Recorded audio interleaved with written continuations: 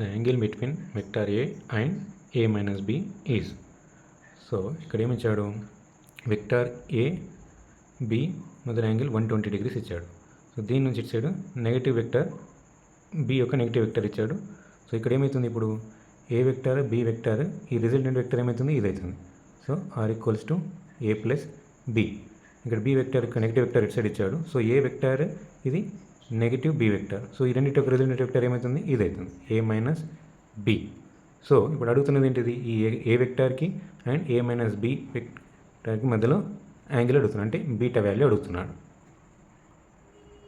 So ఇది straight line అయినప్పుడు ఇక్కడ నుంచి ఇక్కడ వరకు యాంగిల్ 120 అయినప్పుడు టోటల్ యాంగిల్ ఎంత ఉండాలి, 180. సో ఆల్రెడీ 120 అయిపోయింది. సో ఈ యాంగిల్ ఎంత ఉంటుంది, 60 degrees ఉంటుంది.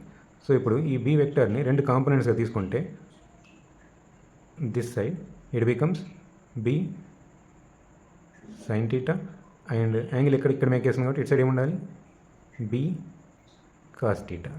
సో ఇక్కడ ఈ బి సైన్ థీటాకు ఎగ్జాక్ట్లీ ప్యారలల్గా ఈ మిడిల్ పాయింట్ దగ్గర ప్యారలల్ తీసుకుంటాం. సో ఇప్పుడు ఇదేమవుతుంది, బి సైన్ థీటా అవుతుంది. సో ఇప్పుడు మనం ఫైండ్ అవుట్ చేయాల్సింది ఏంటిది, బీటా. సో దీనికి ఈక్వేషన్ రాసుకుంటే tan beta equals to, so tan beta అన్నప్పుడు ఇదేమవుతుంది, ఇక్కడికి వెళ్ళి ఇలా చూసినప్పుడు ఇదేమో ఆపోజిట్, ఇదేమో అడ్జసెంట్ అవుతుంది. సో ఆపోజిట్ ఏముంది, బి సైన్ థీటా, అడ్జసెంట్ ఏమవుతుంది ఇది, అంటే ఇక్కడ నుంచి ఇక్కడ వరకు ఏమో బి కాస్ థీటా, టోటల్ ఏమో ఏ.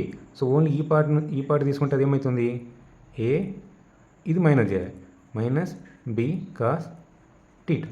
సో ఇప్పుడు థీటా అంటే ఇది అనుకోవాలి 60 degrees. So B sine 60 divided by A minus B cos 60. So tan beta equals to B sine 60 ఎంత, √3/2, ఏ మైనస్ బి కాస్ 60 ఎంత, 1/2. సో దీన్ని సింప్లిఫై చేసుకుంటే బి √3/2, ఎల్సిఎం తీసుకుంటే ఇదేమవుతుంది, 2a మైనస్ బి బై 2 అవుతుంది. సో ఈ 2 గెట్ క్యాన్సిల్ అవుతుంది. So finally మనకేమొస్తుంది, tan beta value √3 into b divided by 2a minus b. కానీ మనం అడుగుతుంది. So finally beta equals to tan inverse of √3b divided by 2a minus b. So C is the right option.